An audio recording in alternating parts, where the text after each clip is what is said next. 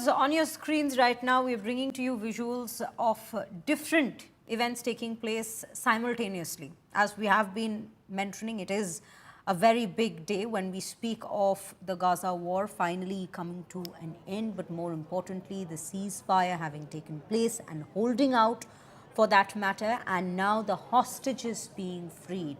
Of course, there was a hostage swap that had taken place earlier in January 2025, but this time it feels more permanent. It feels like a permanent solution. We see 20 living hostages who will be, in fact, freed today itself, 9 of whom who already have been released.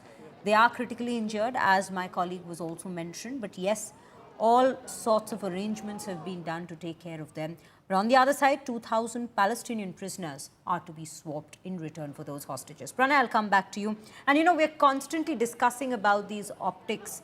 But quickly, I would want to make mention of two things. Number one, as you have been speaking about Donald Trump and the perception around Donald Trump in Israel. But at the same time, there's Hamas, and how Hamas has been posturing themselves amid these circumstances has also been very important. You've said it yourself, there's a certain show of power, very, very subtle show of power, but it is there nonetheless. And the fact that they will not be attending the Gaza Peace Summit as well, that also speaks louder than any message coming from them at this given point.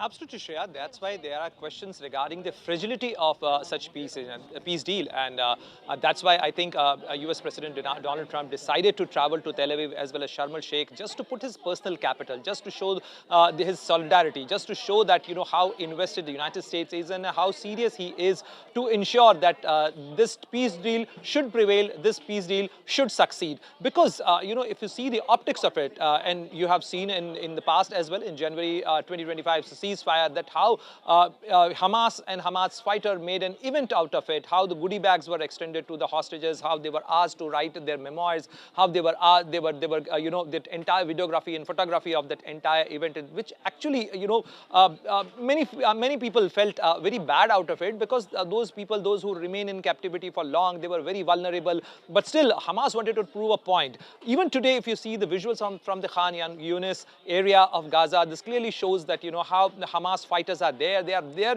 with weapons. So clearly, it's a clear message that they might be down, but they are not out. So that's why we have to see that whether this peace deal will be able to make Hamas lay down their arms, as it's been suggested in the Gaza peace plan. So we do not know. Definitely a big gain as far as the Israel is concerned, as far as the world peace is concerned, in terms of the release of the Israeli hostages, because this remains an important point, Shreya, because when Israel launched this operation post 7th of October 2023, that remained a point that Prime Minister Benjamin Netanyahu vowed, and he said that we want to get our people back at any cost.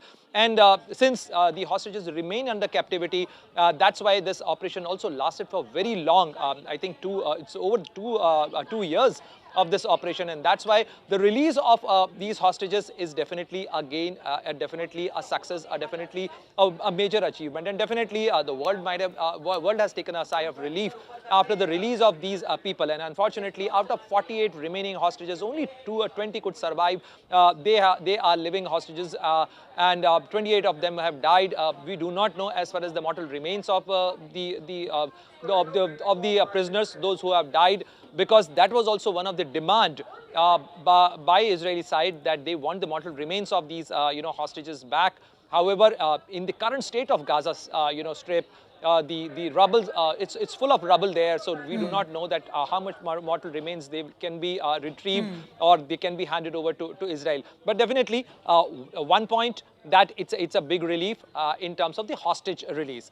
Secondly, the world leaders' presence to ensure that there should be a longevity for this Gaza peace plan. But there are questions that how the further how they can take forward this process, how they can ensure that there is a different administration in Gaza, how they can ensure that the Hamas is totally out from the administration, and also having their influence from Gaza Strip. So that these are the unfilled unanswered questions as yet. Pranay, when you speak of the path forward, it's very interesting how Donald Trump has to say he has already started started speaking about what the vision he has for this very region, which is currently, we have seen visuals over the past 2 years, it is completely covered in rubble at this point, given the amount of destruction. But Donald Trump already has put out that word that we will rebuild it, and we will see to it that it has a changed face very soon in the near future.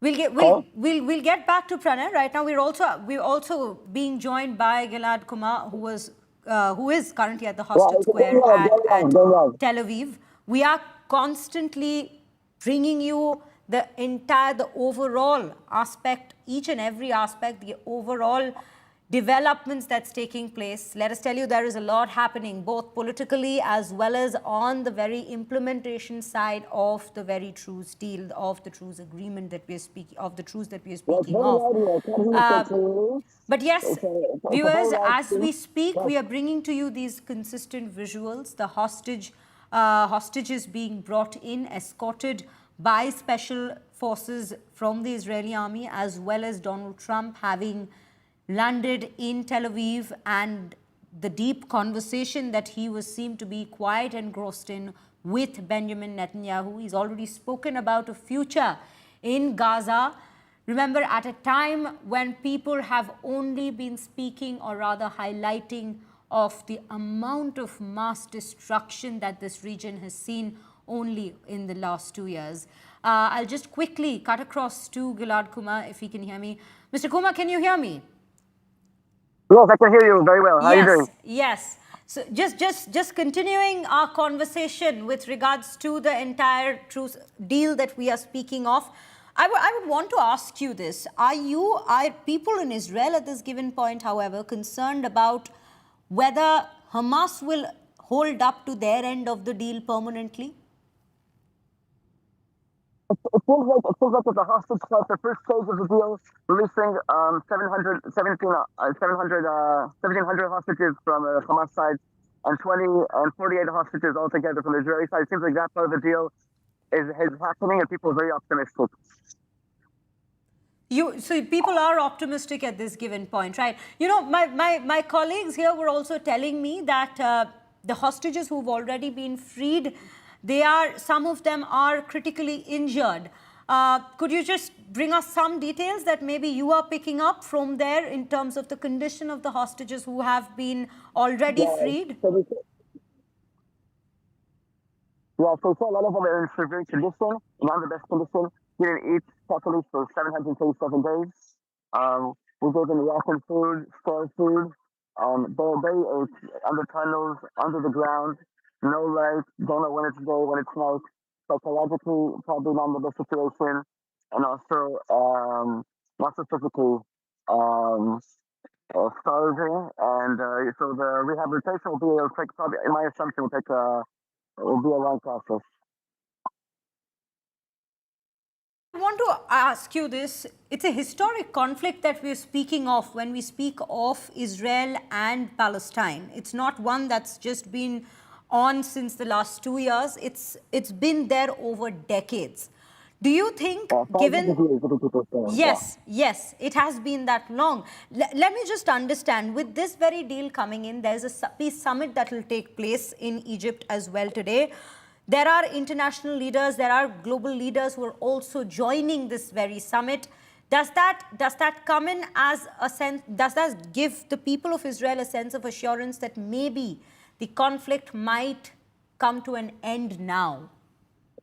Well, so I think people are a little bit optimistic, but also very pessimistic that the whole conflict will be resolved. But people are just focusing on what's happening now, releasing of the hostages. And I think people are very focused on that. And after, we'll deal with the bigger things of solving this conflict entirely. Does this very agreement, while yes, Donald Trump, as you said, has been looked at as the hero in this entire situation, but does this also reinstate? He's been looked at as a hero. It seems like he's getting all the credit in Israel. Benjamin Netanyahu doesn't seem like he's getting so much credit. Most of the credit is coming from Donald Trump. Right. Most of the credit is for Donald Trump at this given point. But I would also want to ask you this, that do you think that the faith of people in Israel might, if not reinstated, but improve in the Netanyahu regime after this peace deal? For sure, everybody's will be a little bit more optimistic, a little bit more happy, have more energy to continue their lives. And yeah, I think I don't know if they're optimistic about Netanyahu, but I think they're optimistic about the general situation. Right. Thank you so much for joining us on India Today and bringing us a sense of what exactly is it like at the Hostage Square at Tel Aviv.